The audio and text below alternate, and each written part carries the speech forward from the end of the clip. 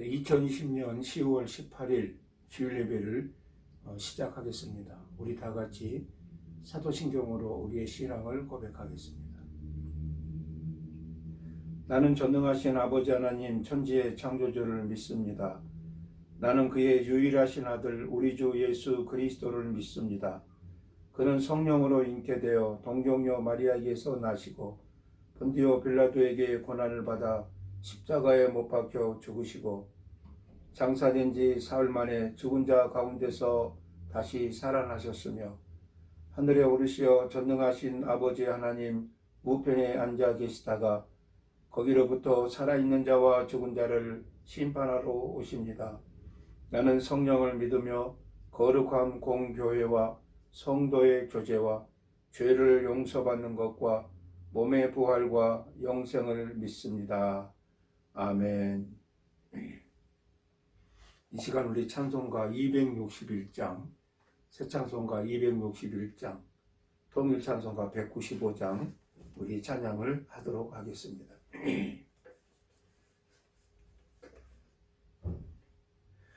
이 세상의 모든 죄를 밝히시는 주의 보혈, 성자 예수 그 귀한 피 찬송하고 찬송하세. 주님 앞을 멀리 떠나 길을 잃고 헤맬 때에 나의 뒤를 따라오사 친히 구원하셨도다. 흰 눈보다도 주의 흘리신 보혈로 희게 씻어 주옵소서. 가시관을 쓰셨으니 피로 얼굴 물드셨고 십자가의 모진 고통 나를 위해 당하셨네. 말로 영영할 수 없는 구세주의 구속하심 그네와 그 신사랑 찬송하고 찬송하세. 흰 눈보다도 주의 흘리신 보혈로 희게 씻어 주옵소서. 아버지를 멀리 떠나 바른 길을 저버리고 여러 가지 죄악으로 주홍같이 되었으니 물 같은 것 가지고는 씻을 수가 아주 없네. 주여 귀한 몸의 피로 날 정결케 하옵소서. 흰 눈보다도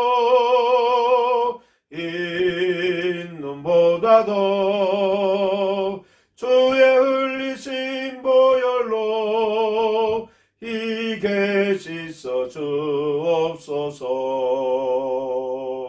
아멘.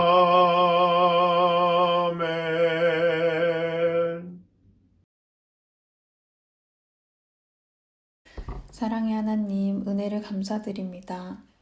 오늘도 저희를 사랑하사 이런 환경 가운데서도 저희를 인도하시고 하나가 되어 하나님을 찬양하고 기도하고 예배하게 하심을 감사드립니다. 예배 가운데 성령님의 역사하심을 체험하게 하시고 이 예배가 저희에게 큰 기쁨이 되게 하옵소서. 늘 부족한 저희의 기도를 들어주시고 삶 가운데서 늘 선한 방법으로 응답하여 주시니 또한 감사드립니다. 날마다 주님의 성품과 마음을 닮아가 세상에 선한 영향력을 주는 저희 목양 식구들이 되기를 원합니다. 지금 전 세계가 코로나 질병으로 인해 고통을 받고 있습니다. 염려와 걱정으로 힘든 마음을 가진 저희에게 믿음으로 평안한 마음을 갖게 하시고 질병에 걸린 사람들을 주님의 보혈의 피로 나을 수 있게 지켜주사 속히 이전처럼 교회에서 만나 함께 예배드리고 함께 교제하고 주님을 나누던 그 감사한 삶이 회복되기를 원합니다. 특별히 이 프랑스 땅을 기억하시어 이 험악한 세대에 날마다 죄악으로 치닫고 있는 영혼들을 불쌍히 여겨 주시옵시고 우리에게 지혜를 주시어 주님의 영향력을 드러내고 그리스도인답게 살게 하옵소서. 매일 새벽 주님의 말씀으로 우리를 깨워주시는 목사님의 사역 가운데 건강과 믿음을 지키사 지치지 않게 하시옵시고 하나님께서 온전히 주관하시어 어떠한 상황과 환경 속에서도 강건한 믿음으로 하나님의 일을 온전히 기쁘게 감당할 수 있는 하나님의 일꾼으로 사용하여 주시옵소서.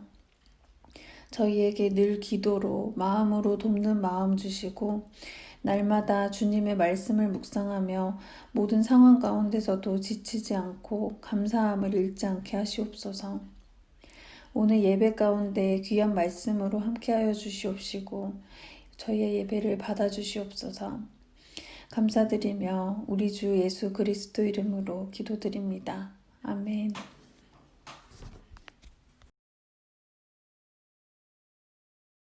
네, 말씀을 우리 같이 나누도록 하겠습니다. 오늘 본문 말씀은 마태복음 19장 1절 2절 말씀입니다. 마태복음 19장 1절 2절 말씀 제가 봉독해 드리겠습니다.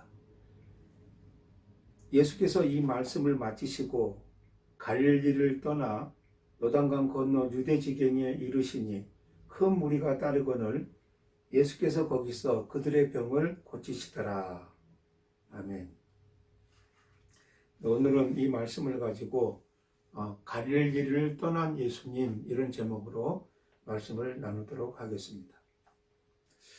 사랑하는 성도 여러분, 오늘날과 같은 코로나 전염병으로 인해서 어려운 여건들을 만나고 있습니다. 특별히 이러한 어려운 여건 속에서 가족의 소중함이 어느 때보다 귀하게 느껴진다 이렇게 생각을 해봅니다.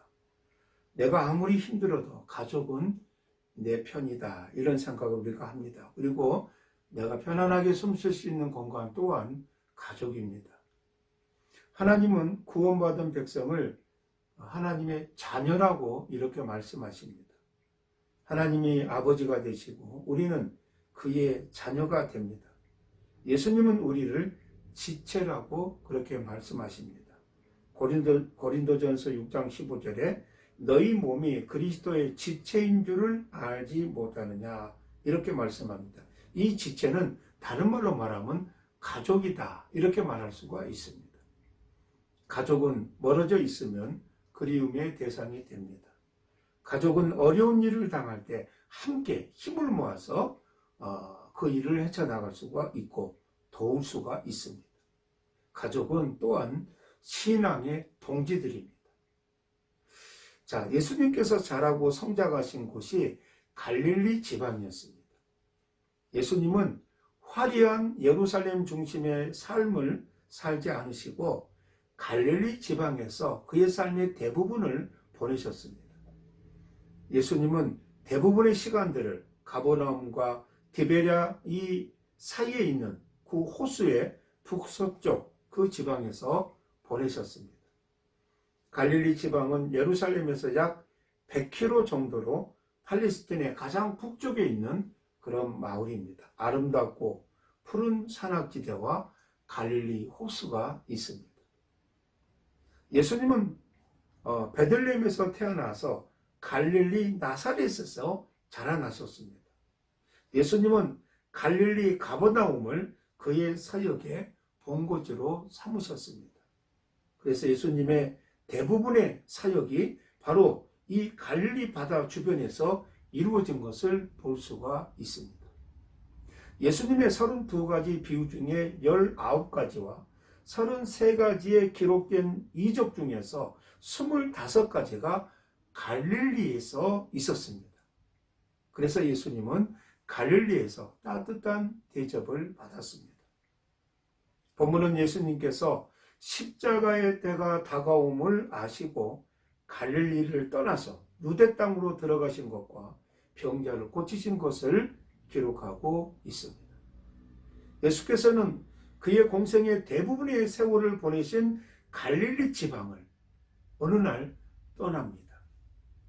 예루살렘으로 십자가의 순환의 길로 오르시게 되었습니다. 자, 예수님은 사명을 다하시고 갈릴리를 떠나셨습니다. 예수님은 갈릴리에서 성장하셨으며 그의 일생 가운데 대부분을 그 외딴 곳에서 보내셨습니다. 그는 여기서 다른 일을 하실 때와 마찬가지로 북부 유대인에 속하는 갈릴리인들의 성격을 드러내며 낮은 신분으로 사셨습니다. 한번 생각해 보시기 바랍니다. 예수님은 떠날 때가 되셔서 떠나는 건데 아마 그 예수님 주변의 갈릴리 백성들은 예수님이 떠날 때가 안 됐다고 생각했겠죠. 아마 그들은 예수님이 영원히 그들과 함께 있을 것으로 생각을 했을 것입니다. 예수님을 통해서 많은 사람들이 구원을 받고 병자가 고침을 받고 장애인들이 고침을 받고 또 소외당하고 연약한 자들이 예수님을 만나서 위로받고 그 오랜 세월 동안에 이 갈릴리 사람들에게는 꼭 예수님이 필요한 사람이었을 것입니다. 그래서 그 갈릴리 사람들의 입장에서는 예수님의 사명이, 예수님의 사역이 그곳을 통해서 이루어지고 있었고 앞으로도 그렇게 된다고 믿고 있었을 것입니다. 그러나 어느 날 예수님이 이 갈릴리 사역을 마무리하시고 이제는 그 갈릴리를 떠나십니다. 이 갈릴리 지역은 약 6세기 동안 바벨론과 바사와 마게도니아, 애굽, 수리아의 정복이 되고 그들은 포로 생활을 하고 또 타 민족의 많은 사람들이 이쪽으로 이주를 해와서 이런 것들이 되풀이되면서 이 갈릴리 지역은 일종의 혼합 인종과 혼합 문화를 낳게 되었습니다. 그래서 유대인들로부터 이 갈릴리는 이방의 갈릴리라고 이렇게 부르게 되었습니다. 자, 이사야 9장 1절에도 이런 부분들을 예언을 해놓고 있습니다. 전에 고통받던 자들에게는 흑암이 없으리로다. 옛적에는 여호와께서 스불론 땅과 납달리 땅이 멸시를 당하게 하셨더니 후에는 해변길과 요단 저쪽 이방의 갈릴리를 영화롭게 하셨느니라. 이렇게 말씀합니다. 자, 이 갈릴리 지방은 이스라엘 백성들이 이제 가나안 땅에 들어와서 이 갈릴리 지역에 있었던 그 부족이 바로 스불론과 납달리였습니다. 여기서도 보면은 그 스불론 땅과 납달리 땅이 멸시를 당하게 하셨더니 후에는 이방 갈릴리를 영화롭게 하셨느니라. 바로 우리 주 예수 그리스도가 그 멸시받고 천대받는 그 백성들과 함께하고 그들과 동행할 때 하나님이 그들을 영화롭게 받으셨다. 하나님의 영광이 그 땅에 드러났다 하는 것을 예언을 하고 있습니다. 갈릴리 지역 주민들은 남쪽 지방에 사는 유대인들에게서 아주 무시를 많이 당했습니다. 역사가 요세푸스는 갈릴리 사람들을 이렇게 묘사했습니다. 갈릴리 사람들은 태어날 때부터 투사이며 언제나 수가 많았다. 그러니까 자녀를 많이 낳았다는 거죠. 그리고 갈릴리 사람들은 소심하지 않았다. 이렇게 요세푸스는 말하고 있습니다. 자, 이 갈릴리는 어떻게 보면 이 유대 땅에서 가장 무지하고 천한 곳으로 그렇게 알려지고 있었습니다. 그런데 세례 요한과 예수님께서 천국 복음을 전하신 그곳이 바로 갈릴리 사람들이 대상이었습니다. 또 주님의 첫 번째 제자들을 부르신 곳도 바로 이곳이었습니다. 자, 마태복음 4장 18절 이하를 읽어드립니다. 갈릴리 해변에 다니시다가 두 형제고 베드로라는 시몬과 그의 형제 안드레가 바다에 금을 던지는 것을 보시니 그들은 어부라. 말씀하시되 나를 따라오라. 내가 너희를 사람을 낚는 어부가 되게 하리라. 그리고 야고보와 그 형제 요한이 그 아버지 세베대와 함께 배에서 그물 깁는 것을 보시고 그들도 예수님이 부르셨습니다. 자, 이렇게 세례 요한과 예수님께서 천국 복음을 전하시고 그 대상들이 바로 갈릴리 사람들이었고 그 지역이 갈릴리 지역이었습니다. 그리고 예수님이 제자들의 대부분을 부르신 곳도 그 갈릴리 지역이었습니다. 그러니까 다른 사람에게는 천대받고 외면당하는 그 지역에서 하나님 앞에 부르심을 받고 하나님의 놀라운 역사가 그곳에 임하고 있는 것을 볼 수가 있습니다. 요즘 우리는 어떻게 세상을, 사람을 평가하고 있습니까? 많은 사람이 몰려드는 사람, 또 가능성 있는 사람, 또 어떤 사람은 우리가 소외시키지는 않았지만 스스로 소외당한 분들이 우리 주변에 의외로 많이 계십니다. 사랑하는 성도 여러분, 바로 저와 여러분들이 소외당하고 아무도 가지 않는, 찾지 않는 그런 곳에, 그런 사람에게, 그런 환경, 그런 영혼들에게 하나님이 우리를 보내신다면, 우리를 필요로 하신다면 바로 우리가 그들에게 하나님의 복음을 전할 수 있는, 그들에게 하늘의 기쁨이 나누어질 수 있는 그런 놀라운 축복을 저와 여러분들에게 충분히 맡기셨다고 믿습니다. 그래서 우리는 세상을 피해가는 것이 아니라 사람들을 피해서 살아가는 것이 아니라 세상과 사람을 당당히 맞이하면서 우리가 감당해야 되는 생명과 세상인 줄로 알고 내가 감당하기에는 두려움도 있고 또 내가 자격도 안 되고 어렵지만은 우리가 당당하게 나가서 세상을 향할 때 하나님의 능력과 역사가 성령께서 우리로 하여금 그 세상을 감당할 수 있는, 그리고 우리가 순종하는 그 자리에서 하나님의 놀라운 역사가 빛날 줄로 믿습니다. 자, 갈릴리는 예수님의 선교사에게 주 무대였습니다. 그곳에는 선교의 전진기지인 가버나움이 있었고 예수님의 공생의 대부분이 이곳에서 이제 보내게 됩니다. 그러나 이제는 이 모든 사역을 마치시고 갈릴리를 떠나십니다. 그것은 예수님의 마지막 작별이었습니다. 왜냐하면 주님께서 다시 갈릴리에 오신 것은 이제 이후에는 부활하신 주님이 이곳을 찾게 됩니다. 우리도 우리의 사명을 마칠 때까지 우리가 사역해야 될 장소, 우리가 감당해야 되는 현장, 그 여건들을 우리가 떠나서는 되지 않습니다. 어떨 때 하나님이 우리를 통해서 나를 필요로 하는 그런 사람들에게, 그런 환경들에 우리를 보내실 수 있습니다. 그러나 언제까지 우리는 사람과 환경에 우리가 의존하고 그곳에서 우리가 만족하는 것이 아니라 하나님이 이런 일을 맡기셨지만 또 다른 하나님의 더 소중한 일들을 향해서 우리를 부르실 때 우리는 움직일 수 있는 그런 자세가 있어야 되는데, 그러려면 우리가 함께하는 그 사람과 환경 속에서 너무나도 인간적인 관계와 뜻을 거기에 두다 보면 나중에 우리는 예수님이 아니지 않습니까? 우리가 거기서 일어나서 하나님의 뜻을 행하기에는 참으로 어렵습니다. 그래서 우리가 감당하는 그 사역 속에서 늘 우리는 말씀으로 훈련을 받아야 됩니다. 그래야 부르심에 깨닫고 지혜롭게 하나님의 일을 우리가 결단할 수가 있게 되는 것입니다. 오늘 이 1절 말씀에 요단강 건너 유대 지경에 이르셨다. 여기 요단강 건너 유대 지경에 이르셨다고 하는 것은 요단 동편 베레아 지역을 말합니다. 베레아 지역은 실제로 유대의 땅이 아닙니다.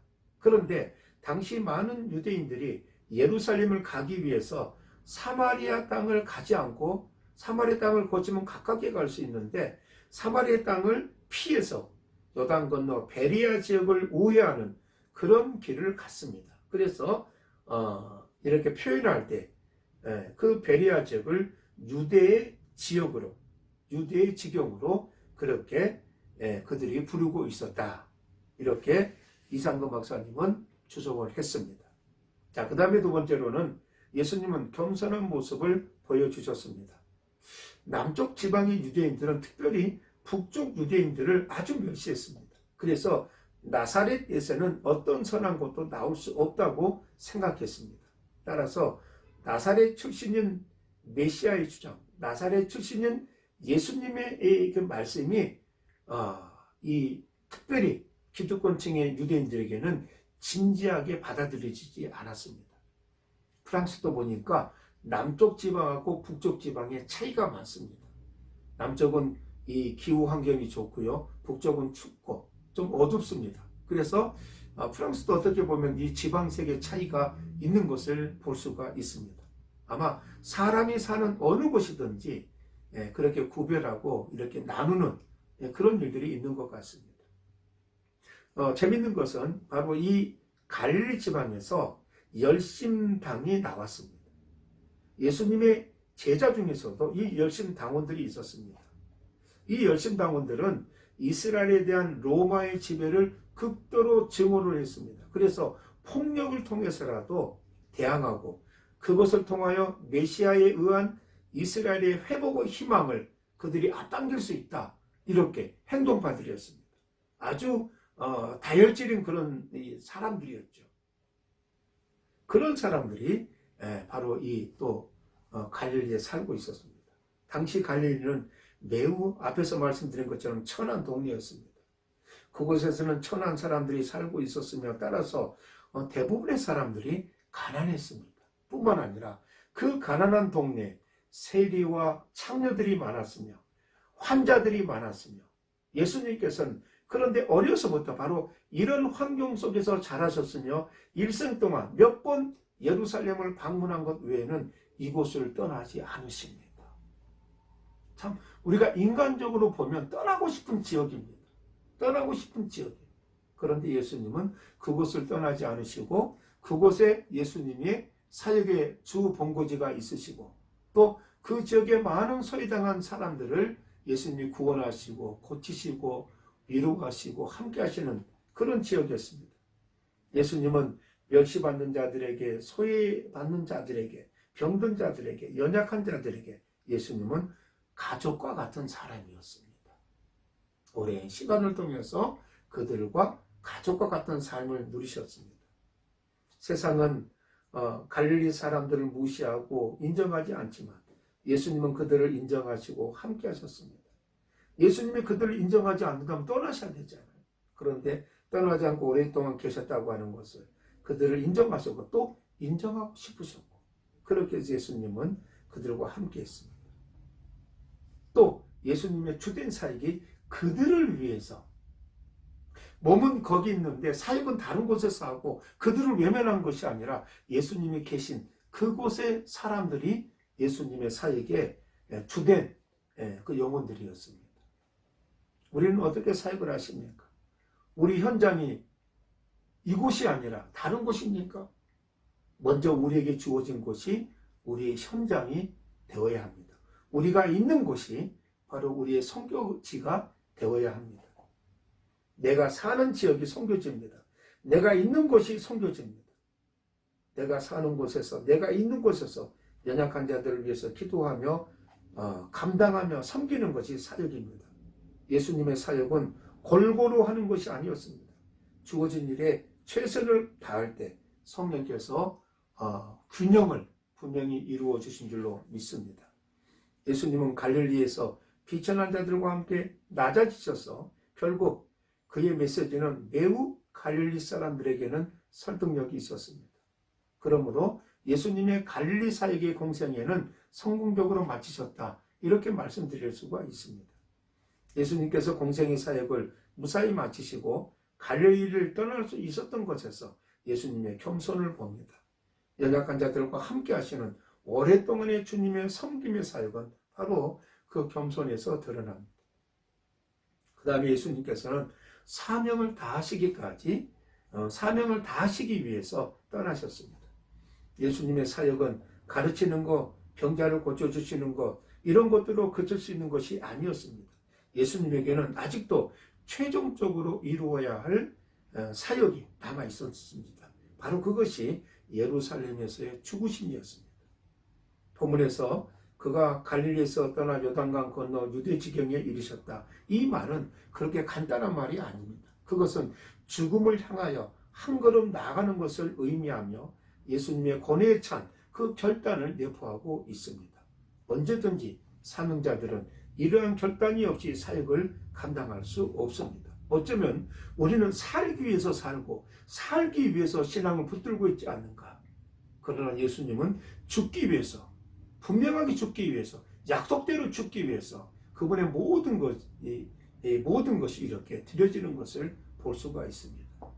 우리가 영적으로 죽기를 각오하면 하나님의 놀라운 역사와 함께 이 땅에서 하나님의 영광이 드러날 수밖에 없습니다.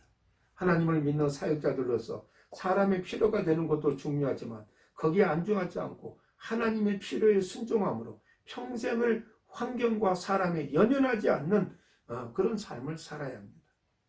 남을 믿는다는 것은 혹시 속는다고 해도 성실하다는 표시입니다. 반대로 남을 믿지 못하면 남의 진심까지도 의심하게 됩니다. 그것은 그 사람의 마음이 성실하지 못한 증거이기도 합니다. 성실하지 못한 자신의 마음으로 남의 마음을 짐작한다는 것은 굉장히 불행한 일입니다. 예수님은 연약한 자들을 믿어주셨고 함께 하셨습니다. 그들의 필요를 채워주셨고 그들의 약점을 사랑으로 덮어주셨고 그 사랑이 변치 않았기에 바로 십자가의 사랑으로 옮겨지게 됩니다. 신뢰와 믿음은 오랜 시간을 통해서 드러나게 되어 있습니다. 주님은 갈릴리의 오랜 삶으로 갈릴리에 소외되고 연약한 사람들에게 구원을 이루시고 병을 낫게 하시며 장애를 가진 사람들에게 기적으로 새롭게 하셨습니다. 이제 더 나은 환경으로 가는 것이 아니라 고난과 십자가의 죽음을 향해서 출발하셨습니다. 죽기까지 백성들을 영원히 살리는 그 십자가로 이제 향하셨습니다. 1967년에 아프리카의 케이프타운에서 버나드라고 하는 사람이 세계 최초로 심장 이식 수술을 받았습니다. 박동이 멎으면 죽을 수밖에 없는 심장을 이식하여서 생명을 유지시키려는 역사적인 사건이었습니다. 이 심장 이식 수술은 성공했습니다. 그러나 그분은 겨우 18일 동안 더 살 수 있었습니다. 그리고 두 번째 심장 이식 수술을 받는 분은 19개월 동안 살다가 폐렴으로 죽었다고 합니다. 아무리 현대의학이 고도로 발달되어도 인간의 죽음은 해결할 수가 없습니다. 우리는 연약하고 병을 갖고 있고 고통과 어려움들을 우리는 가지고 있습니다. 그런데 예수 그리스도로 말미암아 영생이 우리에게 보장되어지고 영생의 소망이 확신되어질 때 우리는 세상에서 우리의 연약함을 두려워하지 않냐고 무서워하지 않냐고 영원한 확신 속에서 우리의 약한 것을 이기고 견디고 하나님 앞에 나가고 세상 앞에 나아갈 수가 있습니다. 우리 자신의 유익을 위해서만 우리 자신의 안전을 위해서만 살다 보면은 내 안전은 지킬 수 있을지 몰라도 내 유익은 내가 만들 수 있을지 몰라도 영원히 피폐해져 간다는 사실을 우리는 알아야 됩니다.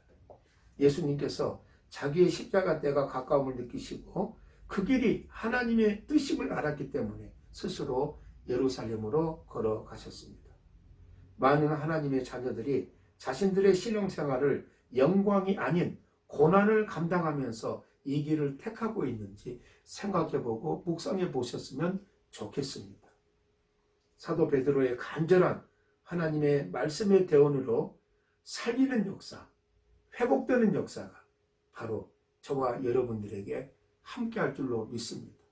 하나님은 이 예수 그리스도께서는 그의 제자들을 통해서 이제 그 뜻을 전달하시고 그 제자들을 통해서 하나님의 역사가 이루어집니다.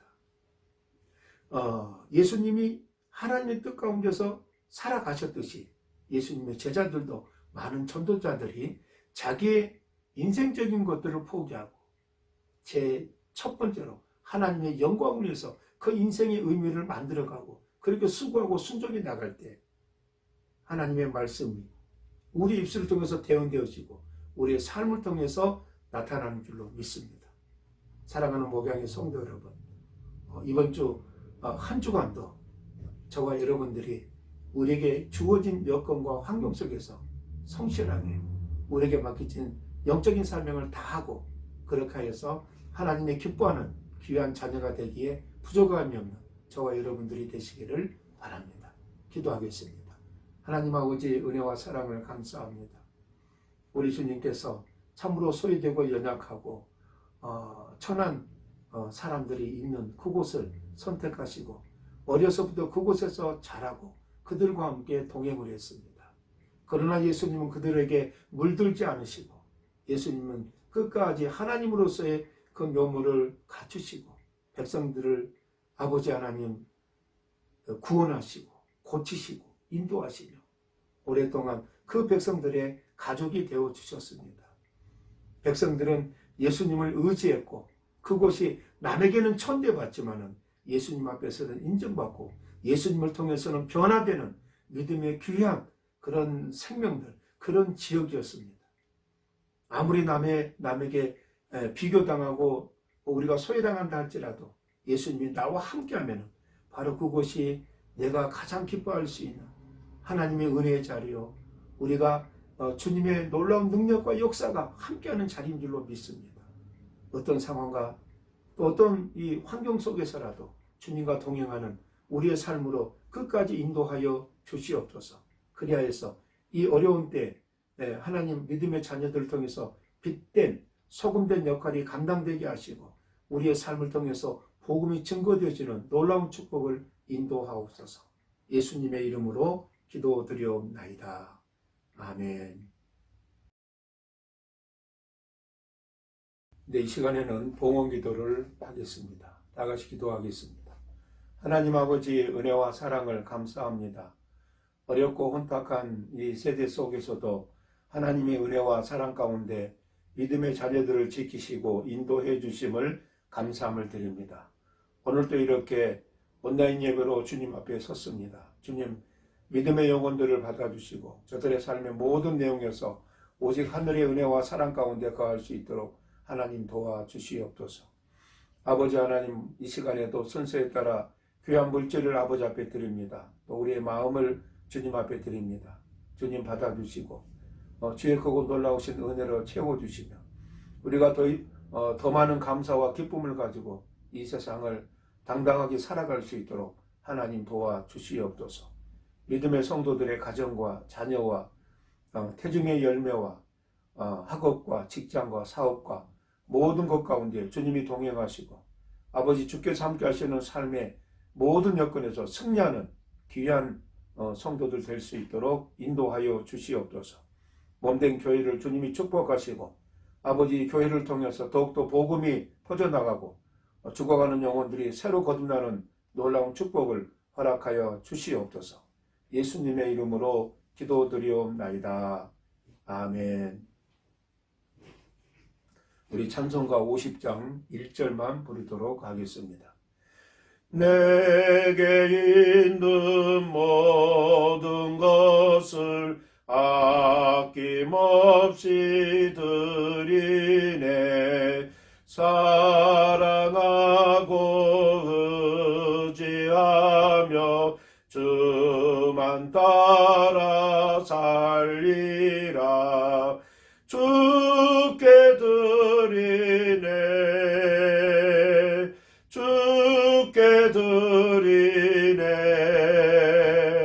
사랑하는 구주 앞에 모두 드리네.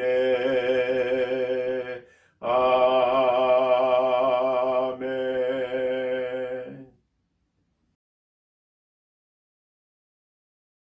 네, 광고 시간입니다. 코로나19 확진자가 계속해서 늘어나고 있는 그런 추세입니다. 우리 성도님들 특별히 건강에 유의하시고 안전한 하나님의 은혜 가운데 안전한 그런 한 주간이 되시기를 바랍니다. 주일 예배는 파리 교회당 예배와 온라인 예배로 매 주일 오후 2시에 계속으로 하고 있습니다. 어려운 처지에 있는 성도들을 위해서 우리 서로 기도하면서 함께 은혜가 나눠지는 귀한 시간들이 되었으면 좋겠습니다. 새벽 예배는 월요일부터 토요일까지 오전 5시에 제가 설교 녹음을 교인 단체 카톡에 올리고 있습니다. 새벽 예배를 통해서도 여러분들 귀한 하루를 열어가시는 그런 분들이 되시기를 바랍니다. 우리 찬송가 1장을 부르고 축도로 예배를 마치겠습니다.